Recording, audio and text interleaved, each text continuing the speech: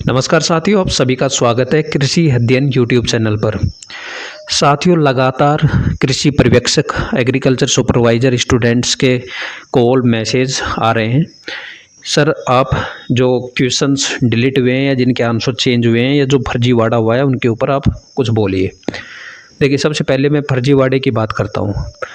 जब तक हमारे पास कोई डायरेक्ट किसी के खिलाफ कोई सबूत नहीं मिल जाता या कोई ऑथेंटिक सोर्सेज हमें नहीं मिल जाते तो हम डायरेक्टली किसी को हिट आउट नहीं कर सकते। बाकी हाई कट ऑफ को लेकर इसकी जो बात है वो एसओजी को पहुंचा देंगे और यह जो भी सूटेबल प्लेटफॉर्म्स हैं उनके ऊपर आपकी बात को रख देंगे। अब रही बात क्वेश्चंस को लेकर।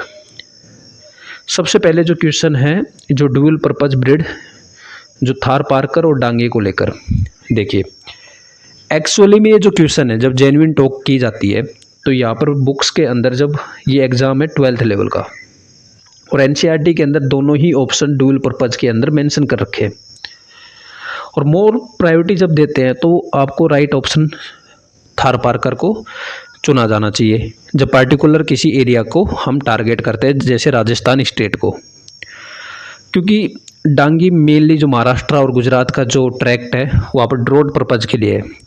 बट इन चीज़ों को हम एक बार साइड रखते हैं। आपकी एनसीईआरटी को उनको फॉलो करनी चाहिए और जो भी ऑथेंटिक बुक्स है उनको फॉलो करना चाहिए। और एक्चुअली में जब हम किसी भी चीज़ को टैकल करते हैं या डील करते हैं तो इस टाइप की क्वेश्चन जो कॉन्ट्राडिक्टरी हो उनको पूछना किसी भी प्रकार की कोई समझदारी नहीं है। तो सबसे पहले इस क्वेश्चन को तो होना चाहिए डिलीट। ये क्वेश्चन बनता है डिलीट होने का। दूसरे क्वेश्चन की बात करते हैं। इसमें उन्होंने पहले जो ऑप्शन दे रखा था ऑप्शन नंबर बी और फाइनल आंसर की के अंदर इस ऑप्शन को सी कर दिया है। और बोर्ड के द्वारा जो भी चेंजेज किए गए हैं मैं इन चीज़ों को कहूँगा कि ये उन्होंने राइट स्टेप है उनका, इसका आंसर सी ही होगा। ठीक है, तो इसका ऑप्शन सी होगा। इसमें बोर्ड के द्वारा कोई भी गलती नहीं की गई है आंसर चेंज करने में। बाकी कोचिंग इंस्टीट्यूट जो कहते हैं या जो भी जिन भी स्टूडेंट का ये ऑप्शन या जो क्वेश्चन रॉन्ग हुआ है ये उनकी पर्सनल बातें हैं।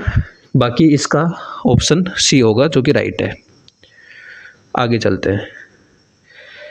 यहाँ पर जो कन्फ्यूजन है, एक तो सांबर के अंदर एक लून करणसर के अंदर, दोनों ही प्लाया झील है, लेकिन फॉर्म ड्यू टू डिफ्लेशन जब यहाँ के ओरिजिन या प्रोसेस की बात की कर ले जाती है तो ये लून करणसर फॉर्म होती है, क्योंकि जो सांबर है वो टेक्टोनिक जो प्रोसेस है उसके द्वारा फॉर्म हुई है और जो लोन करेंसर है वो डिफ्लेशन के थ्रू फॉर्म हुई है। तो ये भी जो बोर्ड ने आंसर माना है ये एकदम मतलब जेन्युइन है, ऑथेंटिक है, ये आपके करेक्ट है।